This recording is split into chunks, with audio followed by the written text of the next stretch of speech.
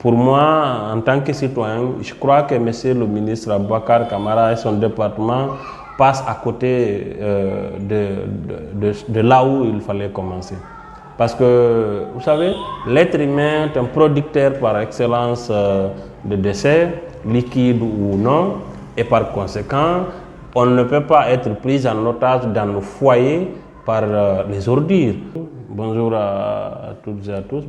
J'aborde la question de l'assainissement aujourd'hui parce que vous voyez, comme moi, vous avez vu ces derniers temps, le département dirigé par Boubacar Camara à la télé ou sur les médias sociaux afficher des personnes, des femmes ou des jeunes qui ont commis l'infraction supposée d'avoir déversé les ordures sur les lieux publics.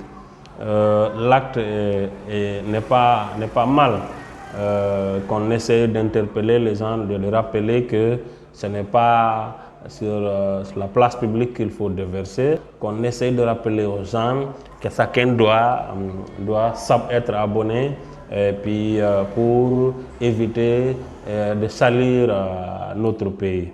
Mais voyez-vous, pour moi, en tant que citoyen, je crois que monsieur le ministre Boubacar Camara et son département passent à côté de là où il fallait commencer. Parce que, vous savez, l'être humain est un producteur par excellence de déchets, liquides ou non, et par conséquent, on ne peut pas être pris en otage dans nos foyers par les ordures. Et c'est pourquoi il faut carrément à un moment donné que le citoyen se débarrasse des ordures qu'il produit chaque jour, chaque heure. Mais si les citoyens ne peuvent pas déposer les ordures sur la place publique, qu'est-ce qu'il faut faire en ce moment?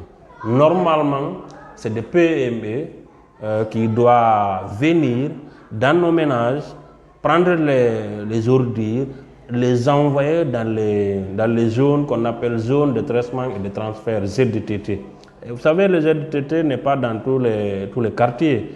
Donc, ce n'est pas tous les quartiers qui ont un espace dédié au dépôt des ordures. Donc, et le ministère de l'assainissement devrait faire, à mon avis, c'est d'abord revoir complètement le schéma. D'abord, identifier des endroits dans les quartiers où dédiés exclusivement ou des endroits où on doit déposer le déchet. Les endroits là sont identifiés et revenir au niveau des PME. Revoir la compétence et les moyens des PME. Parce qu'il faut dire qu'il y a des PME, vous passez un contrat, il vous promet, ou dans votre contrat, on vous dit clairement on vient 1, 2 ou 3 fois par semaine, mais le gars il ne vient pas. Il y a des endroits d'ailleurs, depuis que les gens ont signé contrat avec les PME, ils n'ont jamais passé par là. C'est-à-dire que c'est des PME qui n'ont même pas un personnel, qui ne sont même pas équipés, qui ne peuvent même pas ramasser les déchets. Sinon, ce n'est pas de gaieté de quelqu'un qui prendra la nuit ou le matin une femme ou un jeune qui va partir prendre jeter le déchet sur la plage. Je ne pense pas que ce soit par gaieté de quelques les gens ils vont faire ça.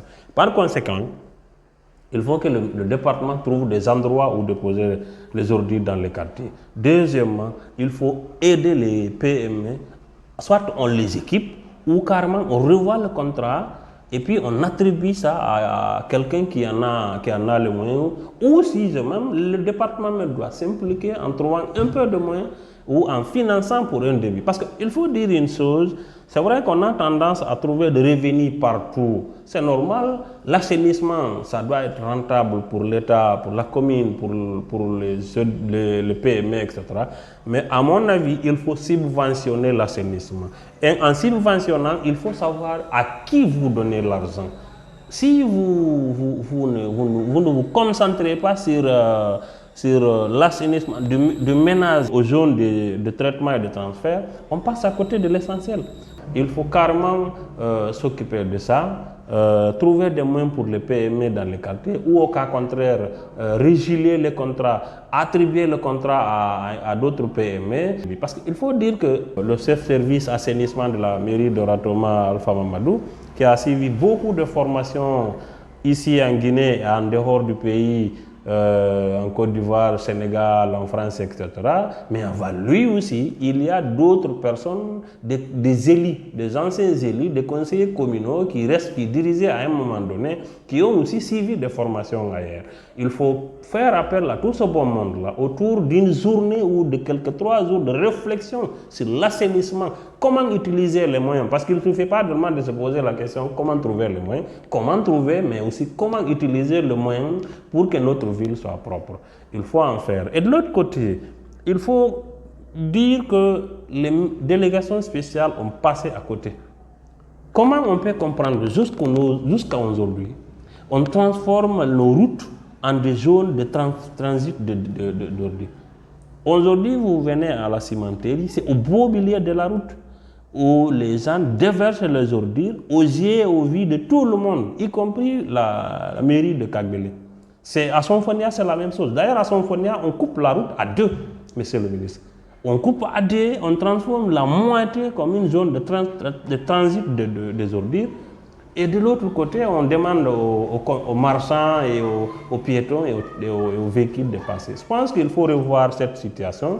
Ce n'est pas digne d'une ville comme la nôtre, comme Conakry. Et de l'autre côté, il faut donc faire appel à ces gens-là, convoquer ou faire 3 jours de réflexion sur cette situation et éventuellement trouver une solution durable. Mais encore une fois, il ne suffit pas seulement d'exposer les gens à la télé pour dire qu'on est efficace. À mon avis, ce n'est pas sous le lit que les gens vont déposer les ordures, monsieur le ministre. Ce n'est pas sur la table ou sous la table que les gens déposeront les ordures. Il faut à un moment donné, 2 jours, 1 semaine après, que les gens se débarrassent des ordures qu'ils ont à la maison. Mais s'il n'y a pas de PME qui transfère ça vers les zones de traitement, de transit et de transport d'ordures dans le quartier, comment voulez-vous que les gens fassent?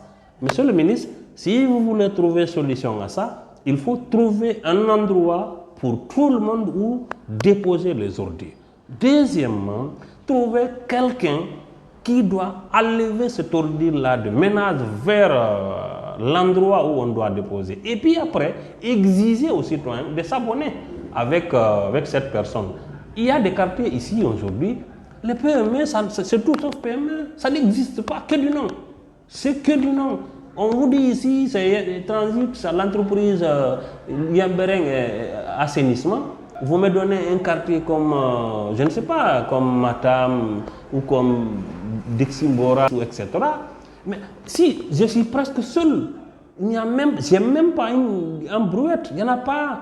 Je n'ai absolument rien à même pour pouvoir assainir. Est-ce que parce que vous me donnez, ou est-ce que parce que j'exige aux citoyens de me payer chaque fin de mois, ça fait l'affaire des citoyens? La réponse est non. Est-ce que attendre les 28 jours ou les 29 jours du mois, venir seulement à la fin du mois pour prendre mon argent, est-ce que c'est ça qu'on appelle assainissement? La réponse est non. En attendant, les citoyens, ils font quoi avec les ordures? Dans leur ménage, où est-ce qu'ils vont mettre ça?